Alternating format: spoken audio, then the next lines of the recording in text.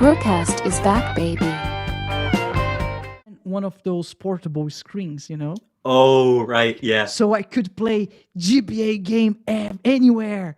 And then just because I had the GBA, but I was like, no, Yeah. this is awesome. I can make Yeah. this transformer out of my GameCube, and I can bring it anywhere. Oh man, I never was able to do it because I never got the other accessories, but just the possibility was so enticing. You could have been one of those top tier gamers who play WarioWare Tilted on your GameCube. What? So you tilt the whole GameCube. Yeah, so that's me as a kid. That's what I wanted to do. You were so close. Andre, I think if we start talking about retro gaming, we can easily I'm talk fine about with it. that. We can draw this out for another 3 hours. I'm totally good. Yeah, that's what I'm fearing. I wanted to also talk about some other stuff that you mentioned to me. All right, yeah. You told me that you created a whole sci-fi universe. Oh God. Do you want to talk about it? Kind of. Well, the whole thing is, I guess we should actually start the ADD stuff early because that kind of. Do you want to talk about? Okay, let's talk about All right, the ADD then. Yeah, I mentioned it a couple of times before. Yeah. Let's talk about the ADD. Yeah. I have ADD and it's not fun, especially because I wasn't diagnosed until like a year ago, almost a year ago. And ADD is a weird sickness because especially if you look at the list of symptoms, it's stuff that the average person has every day, like procrastination, all that. And to the average person, it looks like it's more or less a made up thing because it's just, it's what everyone has. But ADD people, they have it to the nth degree. My best example for this is always Latin. Like I said, I wanted to learn Latin, but I just couldn't. Because we had this book with just, words, a German word, Latin word, and this tiny booklet. And I read that every night, just looking at the translations, looking at my words, learning this, because our teachers also have this questioning at the beginning of every class where they ask, okay, what words have you recently learned, some grammar stuff? I really tried learning that, but I couldn't go 2 words without my mind just drifting off to somewhere completely different. And that's the go-to example. That's why, because the average person, even if he doesn't want to learn something, there's usually some way to do it. But with ADD, that becomes nearly impossible. And of course, that drags you down because the first teacher that I had in Latin basically told me, "Oh, André, he's basically useless. We don't want him. Just send him down. He apparently isn't good enough for the gymnasium for the highest tier. Just send him down a tier. He'll be better kept there." And my grades were perfectly fine everywhere else, but I just couldn't learn it, especially stuff that I didn't really want to learn. I just couldn't. And that drags you down, or even doing stuff that you want to do becomes extremely hard. Like I said, I tried learning drawing and all that sort of stuff. And at the first sign of resistance, your brain basically goes, nope, don't want to do that. Let's do something different. Even if it's just walking around your room for like 3 hours and just having conversations with yourself. Just your brain searches for every bit of distraction, every bit of escapism. And I've had that stuff like pretty much since childhood. And I was just recently diagnosed with it because especially during Corona, I was just sitting in my room doing nothing. And that drags you down. If you do it like I did it at that point, 1.5 years. So that was like 2021, middle of 2021. If you really just sit in your room and do nothing, that drags you down a lot, especially if you're like me and you want to do stuff. And then it just, at some point, just by sheer fucking coincidence, it's some random chat room, or some online thing. I looked at some forum. Someone posted a meme basically that showed off some of the symptoms of ADD, and just reading through the symptoms, I was like, okay, wow, that's basically a perfect description of me. Then I went to my mother, said, okay, I might need to get checked out. She, of course, my mother was very resistant about that whole stuff, especially because there was a time in 8th grade where the teachers actually said, okay, we might want to send André to a psychologist, because they apparently knew they saw some of the symptoms and decided to send me to a psychologist. And both me and my parents, they took it as a personal attack. We basically said, no, they're just trying to do me in, basically, especially because I ran into conflicts with my teachers a lot. I was, like I said, I was an asshole as a kid. And yeah, then I finally decided to get diagnosed. And one of the requirements for you to get a proper diagnosis is you need to have shown symptoms since the early times of your life. And one of the requirements we have in Germany is that you show your end of year reports for your first 4 grades, so 1st to 4th grade. because here in Germany, the teachers write a lot about your social behavior, social development, all that stuff in those reports. And when my psychologist looked at those, he just said, wow, that's just template ADD here, because I was erratic, I was aggressive, I had problems with learning, I had all that sort of stuff. And the diagnosis went pretty quickly then, and they put me on meds. I'm on Ritalin now, which is, it's not an everything cure, but it definitely helps. And ever since then, like I said, I've changed a lot over the last year or so. Running that shit undiagnosed for 20 years, that was rough. There were some really, really rough and honestly dark times in my life before that, because I couldn't get anything done. My entire life was just preoccupied with school, because if I focused on anything else, I was just fail school, because my attention would just slip.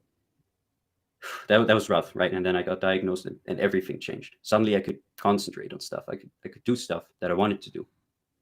Just an entirely different world.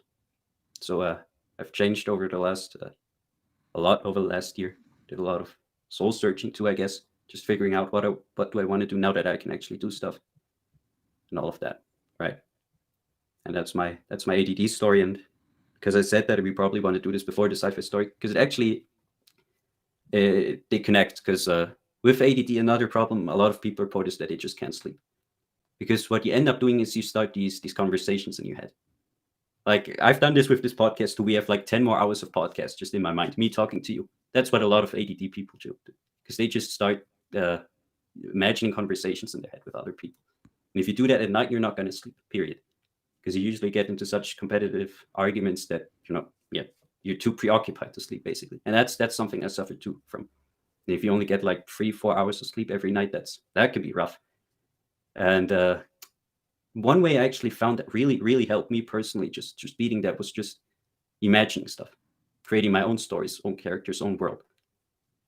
And that's how my sci-fi universe got started. Just me trying to find something that didn't take, I guess, as much brain power every night. And turns out if you do that every night for like an hour, you get a lot of content out of it. And so I've just been writing down this stuff for like 5-6 years now. Even before I knew I had ADD, of course, found this method and it worked really well. And I have a huge just list of concepts, of stories, of characters just written down, and I've not released anything yet, because I'm not even sure how I want to release it. For the longest time, I said I want to release it as a podcast, but then I want to release it as a book, and then I want to release it as maybe a video game, and then maybe something else, because there's still a good bit of ADD left in me, just constantly switching between doing this, doing that. But yeah, that's how it started. That's the entire story. Not the funnest topic, I know. Especially in school. I had a lot of problems in school, just period.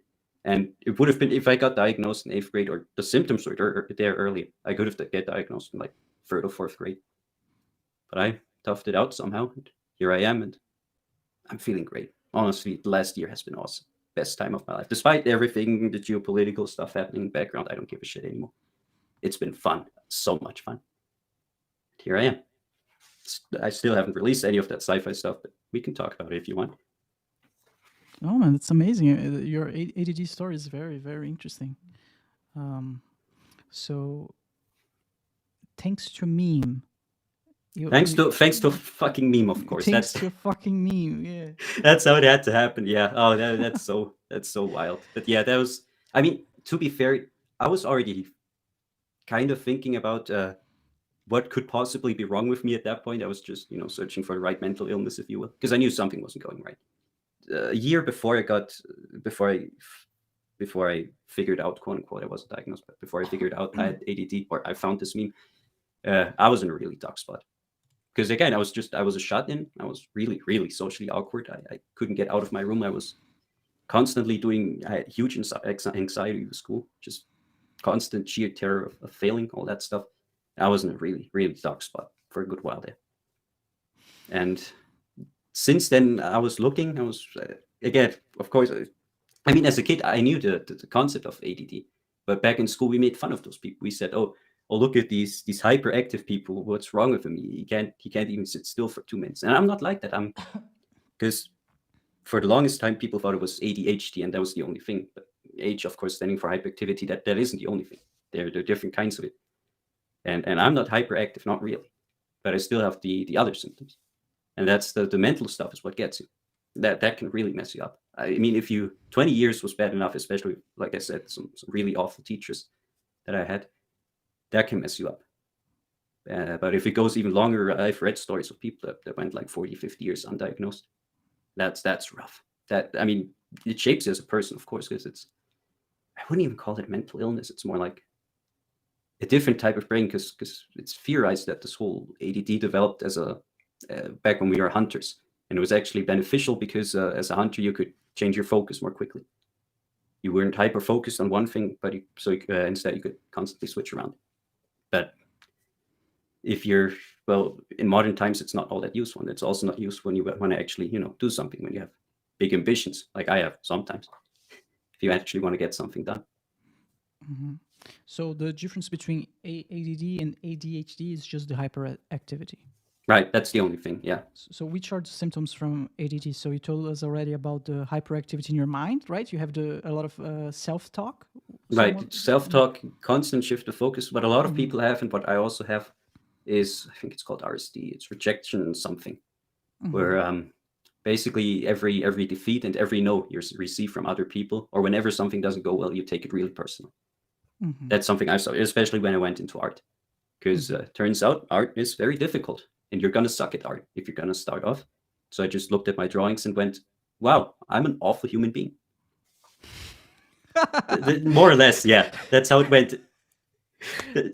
Yeah, right. And come on, and of man, course that I know, but it wasn't that extreme, of course, but gets ingrained in your brain, and it's not beneficial to anything. I mean, if you're gonna learn anything, whether it's playing guitar, even playing video games, you're gonna suck at the beginning. Period.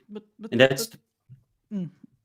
But let's say, how are you sure it's ADD? Maybe you're just you were socially awkward and had some anxiety problems, and you approach like your therapist or I'm not sure the correct term, the doctor, and already brought this ADD idea, and or because maybe it's not ADD. I don't know. I'm not a doctor. I'm just right. It is a very difficult thing to diagnose, even to this day. Yeah. The two big things that there used to be three things. So the three methods of verification back a couple of years ago even were, first of all, your first 4 grades. All right. Those reports, because you don't get ADD at some point during your life. You usually have it from the beginning. It's mostly in most cases it's genetic. So you need to have it from the beginning. And the second thing is when you take stuff like Ritalin, because ADD is a dopamine deficiency in your brain. So your receptors, basically, when you do an activity, they don't generate enough dopamine. And that's why you constantly switch focus, because your brain's basically constantly bored. And if you take Ritalin, what it does, it doesn't add dopamine to your system, but it prevents the reuptake of dopamine into the receptors. So dopamine stays around longer. And if that works, that usually is the confirmation. And for a while, they also had brain scans, but they don't do that anymore.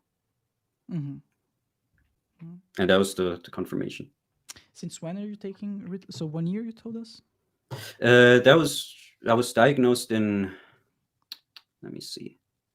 Right, that's another fun thing in Germany here, because we, of course, have a huge psychologist deficiency. We don't nearly have enough of those. So back in August or so of 2021, I said I wanted to get myself checked. Then I got an appointment in October. And then it took until January for me to actually be properly diagnosed and for me to start my treatment. And since January of last year, I've been taking it. How many? So it's once per day? Twice. Yeah, I get the extended stuff. It lasts for about 4 hours. How much it costs? It's like $12, I think. It's not much, and you get I get 72 pills, I think, in one. So that's at the very least 72 pills, and you don't get to take it every day. It also doesn't make you addicted, which I'm very glad about. Oh, so you don't take it every day? You just take it whenever the symptoms are high? Usually I take it whenever I want to be productive, or when I want to do stuff. Right. Whenever I feel like I have a big project ahead of me, or like I have school or something, because you don't really need it if you're just out around or being social or that stuff. That usually works. Do you need a doctor involved? I'm sorry, I'm like questioning it. It's fine. I don't know anything about the subject, so I'm very Yeah. interested. Do you need a doctor invoice? How it's called again? It's not invoice, the correct term. Like It's a notice, doctor prescription. note. This prescription. Do you need a Yep. prescription for it? Yeah, I do. So every like 1 or 2 months, I basically go there, and he also only does a basic checkup. He asks, okay, how are you doing? Do we need to change the dosage and whatever? And of course, Ritalin it's a divisive subject, and for good reason, because I mean it's a mental drug, and that can get very dangerous very quickly. It really does. I mean, even if you look at the what's it called, the letter that comes with it, you know, that lists all the potential side effects of the drug. If your brain is built a certain way, you can get schizophrenia and stuff from that drug, straight up. Especially during children. I've heard several stories of children just starting to talk to like trash bins or something. Yeah, that's a very difficult thing. But luckily for me, the treatment worked perfectly pretty much from the first day, and from then on, and you feel the difference immediately. I mean, the first day was insane. The first day, I didn't know how to use the drug yet, because it's not a drug that makes you efficient or productive. It basically just reinforces whatever you're doing. So let's say you're watching YouTube videos, you take it, well, now you're more efficient at watching YouTube videos. Good job. So there's a lot of self-training involved. And like I said, it just inhibits the dopamine reuptake by your receptors. So you get more reward, basically, but you need to do something that's rewarding. And that's what makes the drug so cool, in my opinion, because it actually reinforces good patterns, reinforces basically self-improvement and all that, all the rewarding activities you can do in your life. And I mean, like I said before I was just sitting in my room all day, either doing stuff for school, wasting way too much time on that because I just couldn't learn, or watching YouTube videos. And that was my life for several years in a row, barely going out, just right, because my brain was completely deficient in all that. And YouTube is a really good fucking drug. If you're just looking for dopamine, there it is. Right, and it's built that way. Of course, it's specifically engineered to do that, right? To get you to view stuff for as long as possible. Same with advertisements, all that stuff. And well, if you're one of those unfortunate people that's more or less built to fall for that, it can be difficult. Yeah.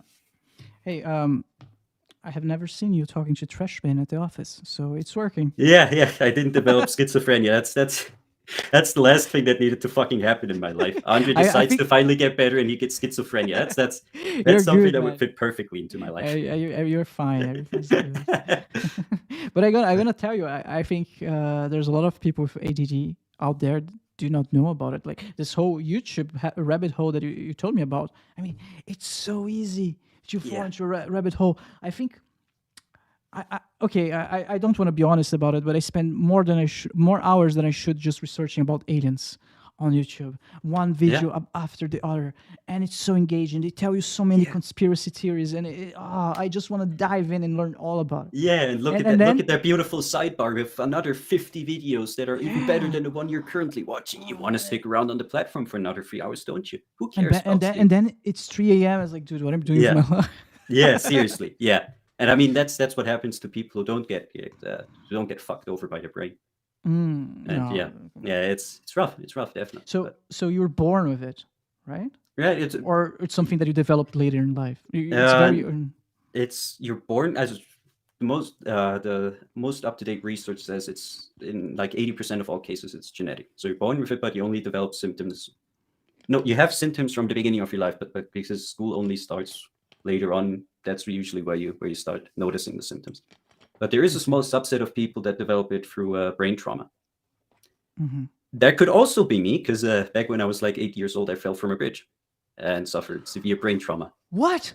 Yep. Watch full episodes of the Brewcast on the main YouTube channel, youtube.com/@brewfrasca.